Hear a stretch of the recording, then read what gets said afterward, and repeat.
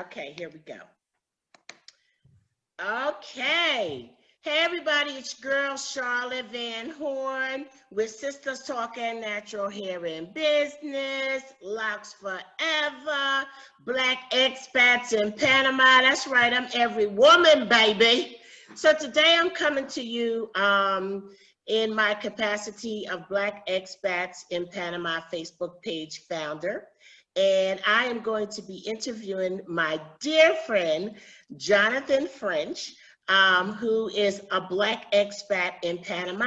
And Jonathan is just going to talk to us about his experiences, how he ended up in Panama, and just give you some different perspective on, living as a Black expat in Panama. So Jonathan, hey, brother, welcome to the show. I'm Whitney and Shaka Khan. I'm everyone. I'm everyone. Yes, baby. Yes.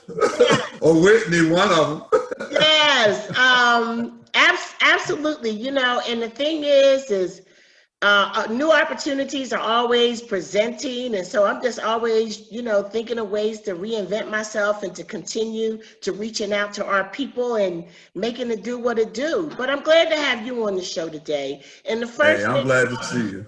And the first thing, I miss you. And the first thing I wanted you to do was just introduce yourself to us. Well, my name is Jonathan French. I'm originally from New Jersey, but I spent most of my life in Washington, D.C. And I retired in 2018 from the Library of Congress after about 30 years. And I'm also a great photographer. Great photographer. And my total concentration has always been on people of the African diaspora. And in actuality, that's how I first arrived in Panama in 1998 to photograph the Black community there. Wow. And Jonathan, I hope that maybe you will share some of your photos with us that I can kind of attach and when I share this video, because Jonathan does some beautiful photos, and he's taken photos like all over the world, but I'm sure that it would be a blessing for us to see some of your work. So that's how you originally ended up in Panama, right? Well, that was my first encounter in Panama. I went there in 1998, went up to Cologne, went out to Portobello, places like that there. Went out to see the Kuna Indians, etc. And then I would return in later years because there's a wonderful jazz festival every January. Right. And it just has wonderful folks. And I went there one year, and Herbie Hancock and Wayne Shorter and Susanna Baca. I don't know if people are familiar with Susanna Baca, but she's this Afro-Peruvian singer, and oh my God, she and I have become great friends since that time. I visited her home, etc. Really? Yeah. And she's come to Washington. She's appeared at the Smithsonian, and so we're always getting together whenever she's around. Well, look at you just a but it was doing it was lit up. But it was during that trip that I actually got my most interest in Panama, because I went there part of the media, so I actually photographed the festival. Okay. And what happened is that the sponsors actually sent the media people on a tour around Panama, because as we wrote the story about Panama, they wanted us to be aware and also write what was good about Panama. And so this young brother, he took me around, and it was so interesting, the places he took me to, things he told me about the economic growth and various histories of the city and of the country. And I'm like, ooh, maybe Cuba's not on my list as #1 anymore. Wow. Panama. Yes. It's like the biggest kept secret. I It find is. It is. yeah. And so, because initially when I had first went in 1998, in actuality, I fell in love with Boguete. You Okay. did. What happened was a friend of mine, we hitchhiked from Panama City to Costa Rica. And so we had to go through Boguete. And at the time, they had the flower festival. It was so gorgeous. And they were growing coffee, and the coffee, you know, you could just smell the beans, etc. And I just fell in love with it. And at the time, I don't think it was the number one place for expats to come, because at the time, Costa Rica was the place to go to. But there was this Canadian building all these homes, and he says, you know, Costa Rica is getting very expensive, and so people are now going to start to come to Panama. And that's 1998. Wow. And then Panama, so when you say it wasn't at that time the number one place to retire, do you mean Boquete or the country? The country, Okay, you know, it was the country because everyone was migrating over to Costa Rica. Costa Rica. But of Okay, course, to Costa Rica, with everyone migrating there, the cost of living had escalated. yes. I think probably, do you see that? You see that a little bit with Panama now too. Yeah, but still, in comparison to Costa Rica, because you know my friend Fred, because he had considered moving there, and he said, well, you know, the cost of living there was so much higher Higher. than it was, you know, in Costa Rica. I mean, in Panama. Mm-hmm. So when did you decide that you were going to take the plunge and move to Panama, and where did you move? Okay, it's okay. I took the plunge in 2019 Mm-hmm. because I decided Trump became president. Time to go. It was like time to go. Woo! At the time, you know, reading about all the information on Panama kind of gave me greater interest because the special benefits, the good health care. You know, I'm a traveler Mm-hmm. and I get 25% off my travel. I like food. I get 25% off my food. Yes, yes. It's and they You know, cost a lot of. I went to get my teeth cleaned. My teeth cost me $200 to get cleaned here. There it cost me $36. I'm like, really? Wow, wow. We'll go ahead and note that there's some work going on in the back of you, so the noises that we're hearing, and so far it's not too bad. We can work around it. Okay, okay. But yeah, so that actually talks about some of the medical care too. So that, you know, the questions that I have about questions that people have in moving to Panama. I know when I got sick, and I got to look it up because I did post it, but when I got sick and ended up having to go to like the urgent care in Panama, man, it was like, really? You don't even need insurance here. Right, right. It was so cheap. I mean, I actually went to the emergency room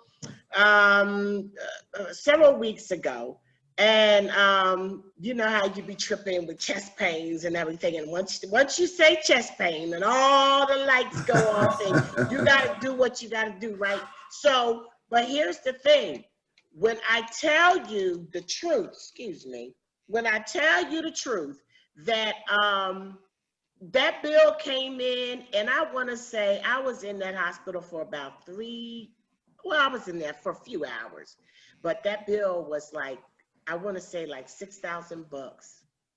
And basically they ran an EKG, you know, and held me for a few hours, and that was it. And, you know, compared to when I had an emergency and had to go to like an urgent care in Panama, it basically was less than $100. I mean, like way Right, less. right. So when you're there, especially on an American retirement, it's not like things are so far out of reach. Like if you were here and didn't happen to have the insurance, but you found the medical treatment so far to be good. Oh, I found it excellent. Yeah, yeah. Like you, I had to have some blood work done and EKG, etc. And they basically did it in the office. They didn't have to send it out to a lab or anything, and the doctor gave me the results back right away. And I'm looking to have this astronomical bill, and I'm like, Yes. That's Yes. it. Yes.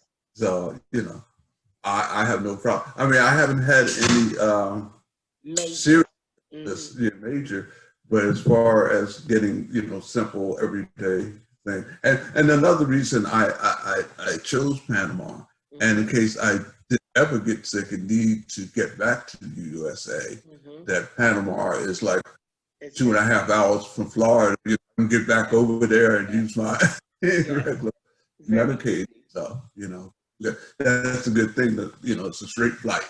Yes, so. Straight flight. I love it. And I'm a Copa Air snob. So I only fly Copa. And I built up my points. So you can't tell me nothing, baby. Especially when I get to sit in the front. Yes, honey. I don't know what the Copa is going to be like going back because, Copa, they feed you. You always get a hot meal on Copa. They give you libation and everything, and it's all included. So as, going forward, I booked the flight to come back to Panama, but I don't know exactly how that's going to go. So tell us about your experience in Coronado. Well, it's very interesting. I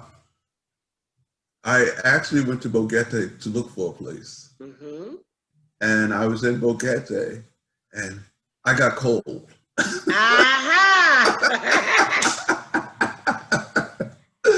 And I said, whoa, I love the scenery and all of this here. And this was October and I got cold. And I said, I don't do cold. You're not leaving Washington, D.C. to go nowhere and be cold. Right. Exactly. Right. And so I said, okay. So I said, I still thought about it because I had kind of committed myself. I told all my friends, I'm moving to the mountains. I'm going to the mountaintop. But when that cold hit the brother, I looked in the paper and I saw Coronado.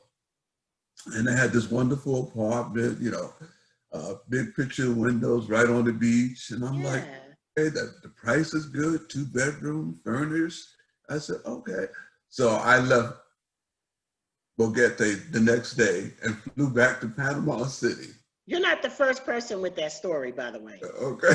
No, and it's not. I'm like, this is a place.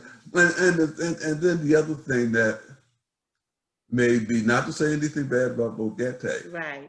I love it, but it was a matter of, I started reasoning with myself, I'm just moving here. That means I fly to Panama City. Yeah. From Panama City to David.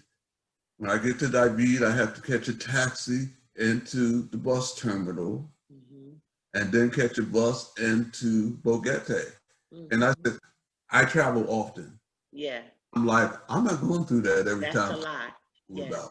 Yes. That's a whole lot. And especially it was a lot when I decided that I'm going to move there. I'm like, I got luggage, I got things to bring out, And even coming back and forth into the city, you got to take that 8-hour bus trek.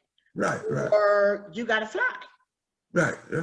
And you're just, you just strike me as a metropolitan type dude, the thing is, I was metropolitan. Huh? I am very metropolitan, but at the same time, I didn't want to be in the city again. Got you. That's why I didn't choose Panama City, because I said, heard enough noise pollution, enough crowds, and the honking horns. Right. This is what I'm trying to get away from. So I'm not going to go back into it. But basically, I do miss it because I am a ghetto child.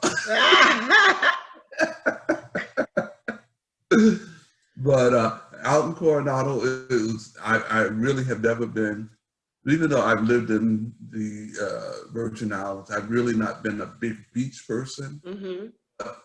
At the same time, when I went to Coronado, I had an objective. As I told you earlier, I'm a photographer. And I've been photographing since 1975. Okay. and the world has turned digital, and I have filmed things that, you know, that I needed to convert to digital. So being in Coronado offered me that opportunity of being quiet, relaxing, Yes. and being on, and which it actually surprised me because I met some of the most wonderful people, Yeah. you know, and that's how I met Charlotte. I met Yeah. her, Aisha, and John Banks, Uh-huh. which Fred, because you I met Fred, right? other words I might not be getting my sister brother. Ah, exactly. And as a sidebar, Jonathan is the only man that has ever had his hair done by Locks Forever. Okay, we made an absolute exception for this king, and he has brother locks. And so that is how we got to know each other as well. When he's in Panama, I take care of his locks. And Yes. So that was another way that we met. Yeah, And because the community, it's a really tight community there. yes, Well, in Panama, not just talking about Coronado, but as a whole. yes. And like I said, I met interesting people. And Charlotte, to make you laugh about this, when she met a white woman that cooked the sweet potato. Yes, yes, yes, yes. I wouldn't even taste it. I said, who made the pie? You know how we be. Who made the pie? She made the pie. I said, I'm not even going to embarrass this woman by tasting her pie in front of her. And when she left and I had that pie, I said, she got to be with a black man. Because that girl had threw down on that sweet potato pie. White Oh, people like yeah. to make pumpkin pie. They don't make Right, sweet right. potato pie, but let me tell you, I gotta say, what was her name? Sandy. Sandy in Coronado Beach. That white woman make some of the best sweet potato pie I've had. Really, she did a really good job. So yeah, that was funny because we got together for Thanksgiving, which was beautiful. Because in Panama they don't celebrate Thanksgiving, and so we got to do that too. Were you there for Thanksgiving? No, I was away. Yeah, yeah. Oh, okay. So yeah, You, but you, that was you know how much I'm on the road. like to travel, and I'm with that. So it is a tight-knit community, but I mean, with regard to the diversity of the community of Coronado Beach, what do you say about that? I mean, do you find it diverse or? I I don't find it diverse, but I find it as a very good community because, Welcoming? well, it's okay. I don't find it diverse when it comes to people of color, but Okay. when it comes to like some of the people I hang out with are from Austria, Romania, Canada, and places like that, and maybe we're at a certain age where we can like interact together because I find myself very well respected and not looked at as a black man, but as an individual, as an intelligent individual Yes. at that. Yes. Yes. It's Yes. like they don't look at me uh, stereotyping me. It's like, Right. this man worked for the Library of Congress and he did this, and I can sit down from travel and have decent conversations with them, which I think, for some reason, I think it may surprise them. Uh, but so, it's real good, uh, good mix. But there's a really excellent group of blacks that live out in Playa Blanca, and they usually have a nice happy hour, which is maybe like 20 minutes from Coronado. okay, Playa Blanca. Now, Right, are you talking about Playa Blanca? The Playa Blanca that you're talking about, that's where the resorts, there are a lot of resorts there, right? right. But that you're saying that they have a lot of residential communities as well? We're right, basically, yes, yes. Okay. Because And they all live in. I don't know if the complex is actually called Playa Blanca, but that's where the majority of the blacks will stay. Because I've gone up there for various events, birthday parties, book readings, certain things, like that. There are congregations just to hang out. I think they have a happy hour every Thursday or something where they all wow. together on the beach and just hang out. Well, we gotta check that out. I Yeah. know that Oh you've yeah. been, but Al and I, we definitely need to check that out because we're always like connecting. I Mhm. appreciate the fact that you said Coronado may not be diverse in the sense that, with a lot of Black people, but Coronado is diverse in the sense that you meet people from everywhere. Right. And Right. and that's that and that you felt welcome there. So, that makes a difference. You mentioned Cologne and Portobello. Right. And Cologne and Portobello, they're more Black areas, correct? Yes, definitely, definitely. Okay. Yes, because I went up there. I think May is their Black History Month, and Etnia Negra. right, and I went up there and hung out with the Rosses, Yes. and really had a good time. I haven't gotten back to Portobello yet. Uh, my problem has been is that I was working so hard on my photo projects till I haven't really got out to explore because I want to get back down to Bocas del Toros and places Uh-huh. there. And see, once I finished the project, my objective were to start visiting more Black communities. But Huh? as we all know, along comes this virus, which Yes. cuts, cut my, It put a wrench in all of yes, our yes, stuff. I yes, mean, I have not been to Panama since March, right, and I really don't think that I'll be returning until January. yeah, yeah, yeah, I'm gonna wait and see how everything goes. I don't want to be, quarantined when I get there. So that's the thing. I'm trying to wait until all that passes, and I hope that they welcome the United States because we ain't looking too good, as far as the way that we have addressed and handled the situation. So, But Charlotte, there's one thing that I have to mention that really totally took me by surprise please do. because I was there around Carnival time, Carnival around the world time, and I went to the convention center. Yeah. And my God, I didn't realize that there were so many Black people in You went to Panama. Atlapa? Was it Atlapa? Yes, yes, Yes, we yes. went to Atlapa this year. I was like, oh I my, know. I was totally overwhelmed. Yes, yes, I mean, when you see a convention center full of Black people in yes. a country like In Panama, you Panama. got to be joking. Yes, yes. I don't think that people realize the culture that is No, there. I think, and so yeah, that is yeah. one of the things that the Black expats in Panama group is trying to do is to introduce people to. I mean, there's a lot of rich culture in Panama, but also to make sure that they know that there is Black culture there too. Now, let me ask you real quickly on the Coronado, if you don't mind saying, like when you were in Coronado, I know that the building that you guys stayed in was super nice. So what was the range of rents, you know, for those Oh, condos? the range of rents, I would say, were, and this would go seasonally, like Okay. I was long term.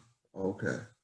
And so my apartment, which didn't have, I, I liked the view because I could look at the ocean and I could look at the mountains, but Mm-hmm. as direct. Okay. So I paid $1,000 for a Mm-hmm. apartment. A thousand for a two-bedroom? Two-bedroom furnished apartment. Everything, a two-bedroom furnished, everything included. Did you have No, separate no, no. cable?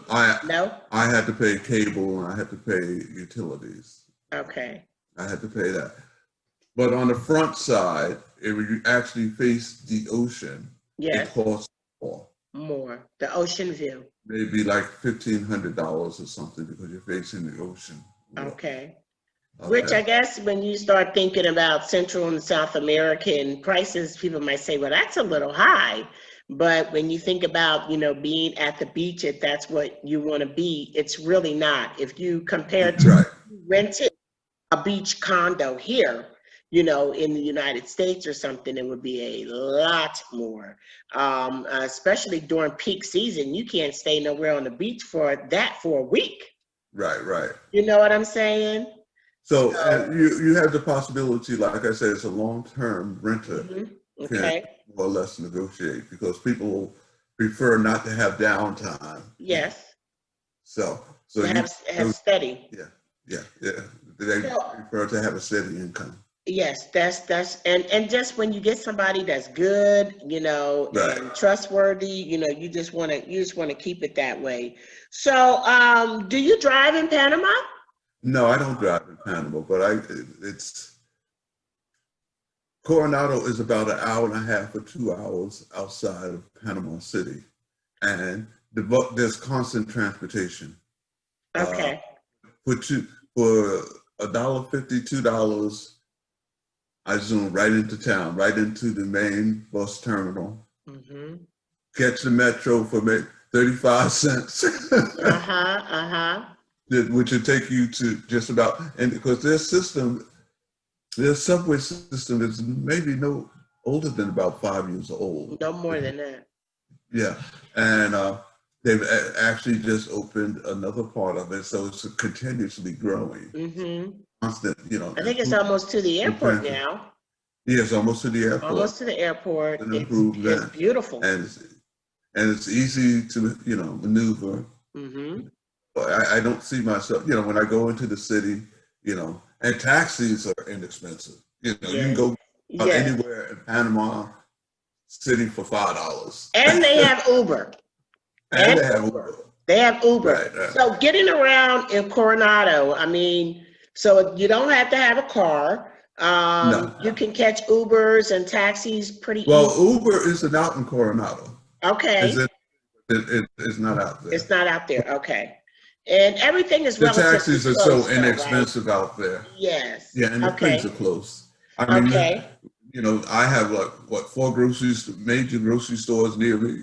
Yes, you got the Ray, the 99, right? Reba They're Smith right across from each other, right?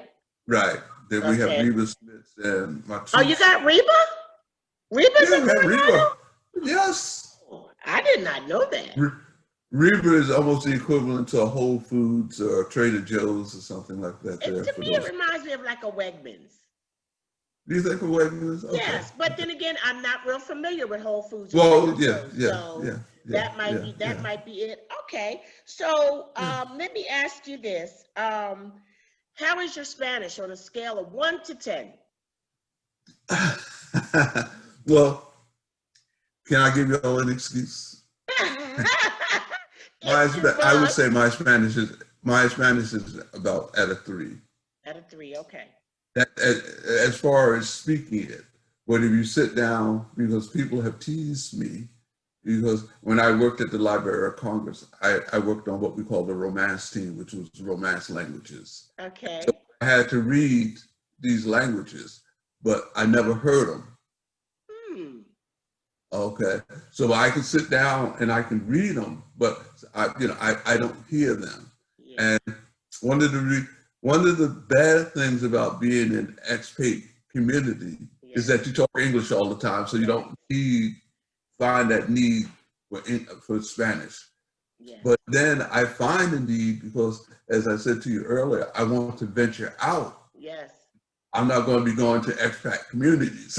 Yes. If I really want to see the culture that And if you really want to maximize getting to know people.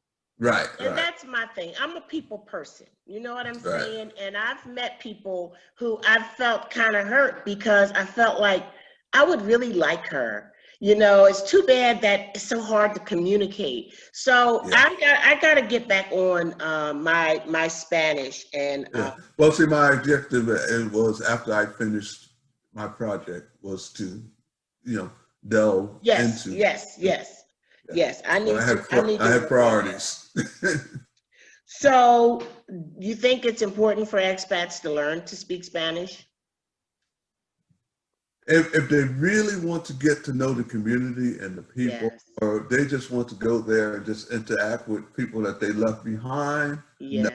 But if they want a new adventure, Yes, they need to reach out I and got you. I got you. In closing, Jonathan, I appreciate your taking the time to talk to us. But what maybe one piece of advice would you give, people thinking about moving to Panama? well, like the thing is to definitely learn the language, okay? Yeah, And yeah, do not bring North American values there. They move at a totally different pace than we do, but they get things done, and they are a very congenial, happy. I mean, I've never go. You get on a bus somewhere, and good morning, good afternoon, yes, yes, because that's the type of people they are. So yeah, you can't bring that shallow that I can't. Why is he speaking to me? Because they speak. Because yes, they're very happy people. Okay.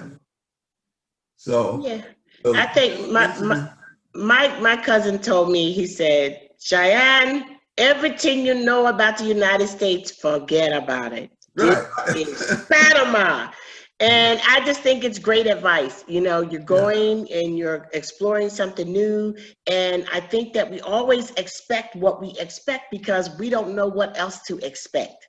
But when you find that things aren't going as the way you expected them to go, just accept the fact that, you're not home anymore.